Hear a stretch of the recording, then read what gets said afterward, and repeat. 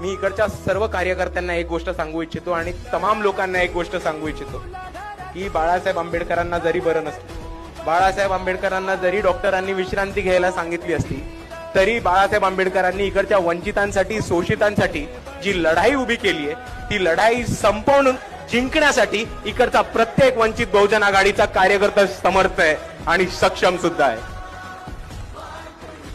आणि ही जी लढाई आहे ती कुठली प्रॉपर्टी टिकवून ठेवण्यासाठी नाहीये,